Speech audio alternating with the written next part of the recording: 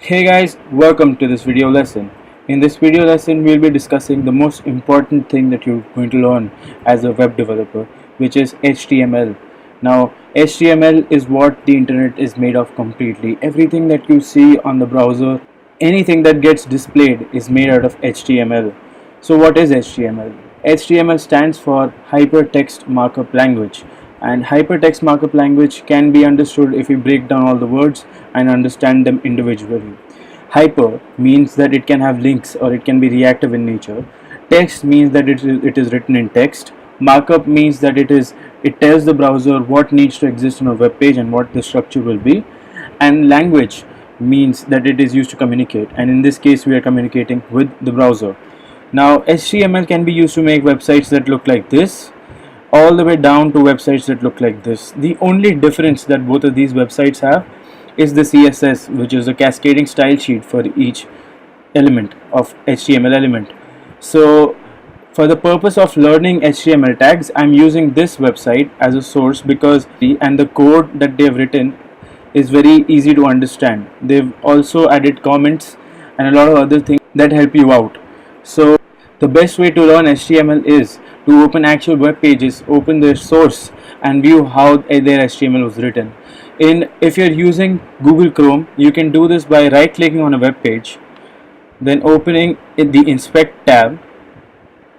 That loads up the inspect for you, and you can see we already have an HTML code here. If you're not able to see, I'll bump the size up a little bit, so now that you're able to see. And we'll also make it display to a laptop with screen with MDPI screen, and we'll also bump up the size a little bit to 75% so you can see what's happening. So we'll be going through each tag one by one. The document starts off with a doc type tag. This tag is not actually a part of the HTML document, but it tells the browser that it is an HTML5 document. So you need to add this to your code as well. As I move on to the next tag, the HTML tag, when I hover over it, you can see that it highlights the complete web page. If you're not able to see it, I'll scroll down and then I'll select it. You can see that it covers the whole page. This is because all of the HTML code or the markup is inside this tag. Now it has these things are called attributes: lang, style, and all of that. So lang is used to tell which language this HTML is written in, so it is written in English, and the style is basically adding styles, CSS styles, but inline. So they don't need to add a style sheet to tell this HTML code that the height for this HTML tag needs to be 100%, which means it takes the complete structure and it covers the whole height for that structure. The next tag we move on to is the head tag. So as soon as I hover over the head tag in this inspect panel, you can see that it does not highlight anything. That is because the head tag is not used to display anything. It is used to add stuff to your website. Now if I collapse the head tag, you can see there are a bunch of tags that do different stuff, and I'll go through them briefly. There is a meta tag. Now meta tag is used to describe different things about the website itself. So you can see that in this tag it is HTTP equivalent content type, and content is text HTML. So it is telling the browser that this is a text HTML format, and the char set is UTF-8, which means that the code is in the UTF-8 format. The next thing we come to is the title tag. Now the title tag is the text, it contains the text that appears over here. So you can see that this is written over here: my first site, creating your first website, basic HTML for beginners. This is done via the title tag. There are other bunch of meta tags here. Next thing we'll move to is the style tag. Now the style tag is used to add styling code to the HTML document itself, although it is not a very good practice, but sometimes it's necessary. Like in this case, they're importing this CSS file for the background. As you can see, this background, this was imported using this tag.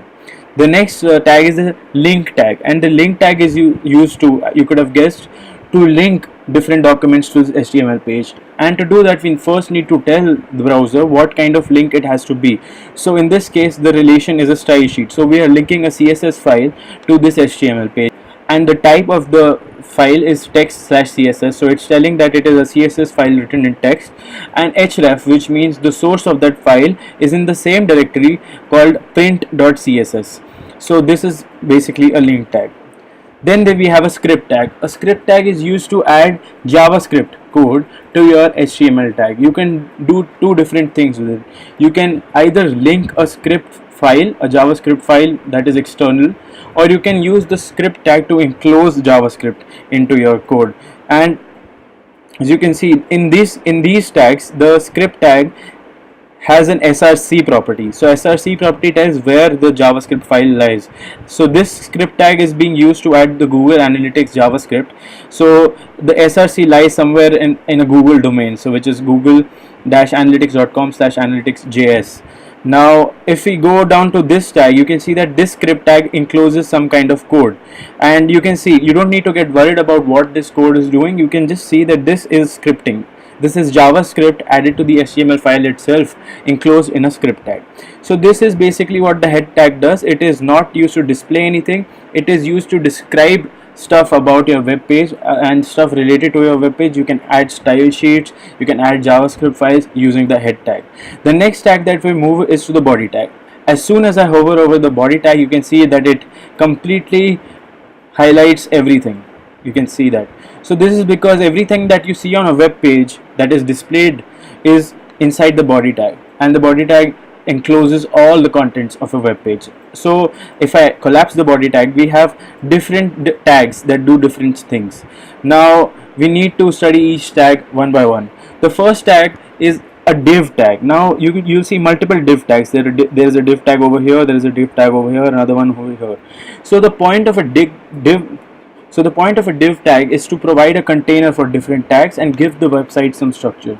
If I hover over the wrapper, you can see that it highlights. The blue part is what it contains, and the yellow part is the padding or the margin that it has. So the wrapper contains all of the contents of the web page. If I collapse the div wrapper, you can see that it is also divided. It also contains multiple div tags inside it. This is called tag nesting. So which means that there is another div tag inside another div tag and another div tag. So the first tag that we see is a div tag with an ID header. As you can see, when I hover over it, it highlights the header part of the website. I'll hover out and then hover in, so you can see that it highlights the header part. So this div tag is containing all that is included in this part of the HTML page, which is the header. If I collapse the header, you can see we have another div which contains the title part of it, which is called masthead. This part is also contained inside another div tag.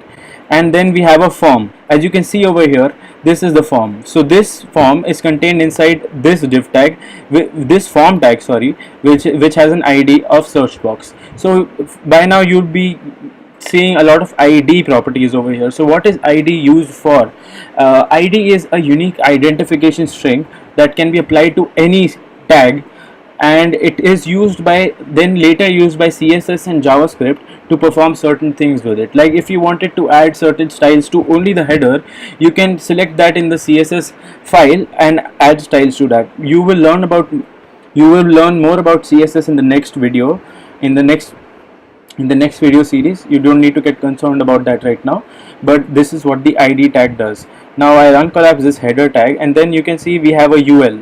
UL stands for a unordered list. An unordered list is basically a list, but it does not have a sequence. So it can be a bulleted list, it can be an arrowed list, but they have used an unordered list to have a list of links here, which is in HTML terms called a navbar. So these links are contained by the unordered list. If I collapse the unordered list, you see there are multiple li tags. Each li tag implements a list item. So if I hover over this, you can see that this gets highlighted. If I hover over the second one, the second gets highlighted, the third gets highlighted, and so on. So each list item is contained in an li tag. Now if I collapse the list item tag, we have an a tag, and an a tag is used to link your website to another page on the same website, or a page on a different website, or a different website completely. So if you see the tag, it has an href property. We saw the href property before in the link tag, where we were attaching a CSS file to it. In this case, we are attaching another HTML file to it, and we are telling where to go. So the ahref is telling that on clicking the full index, it will go to /full index on the same website. As you can see, if I click full index in a new tab, you will see that it loads the slash full index page on the same website. So that is what an A tag is used. Then we have the main div. Now this div contains the main contents of the web page.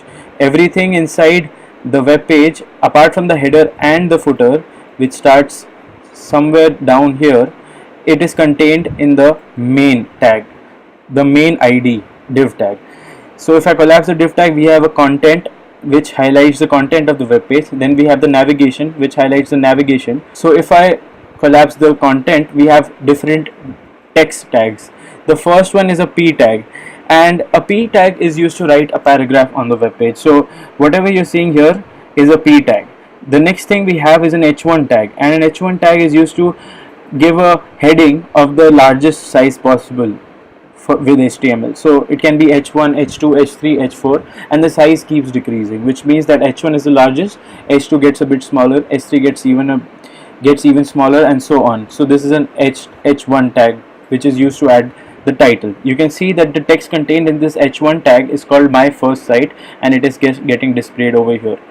The next thing we have is the HR tag, and this is basically a horizontal row, and what it does, it creates this demarcation or a line to denote breakpoints in your HTML code. This by default, this is not the styling that comes with HTML, and they have used CSS to style this and add a color blue to it, but otherwise you will see a demarcation somewhat like this, and this is the color of an HR tag. The next thing we have in our HTML code is the intro tag, and the intro tag, as you can see, contains another P tag. And a P tag is, as I discussed before, used to display paragraphs. In the content we mostly have P tags, and as we've discussed that, we'll move on to the next thing. And looking at this, the next thing I want to discuss are comments. Now comments are part of the markup that don't get displayed on the browser, and they are meant to make the code more readable for the programmer and add certain notes to the code. So here this is a comment, and the person has added an intro comment, so the person knows that the intro part of the code starts here. Then there's a content start comment, and it starts over here. I collapse the main tag now, and the next thing we'll move on to is the footer, and I'll reduce the size a little bit so that we're able to see the footer. So as you can see, this part of the website is the footer, as it is located at the bottommost part of the web page. It is usually used to give contact information and other information about the website, and it starts with the div with the ID of footer. So you can see, if I hover over this div of ID footer, it gets highlighted.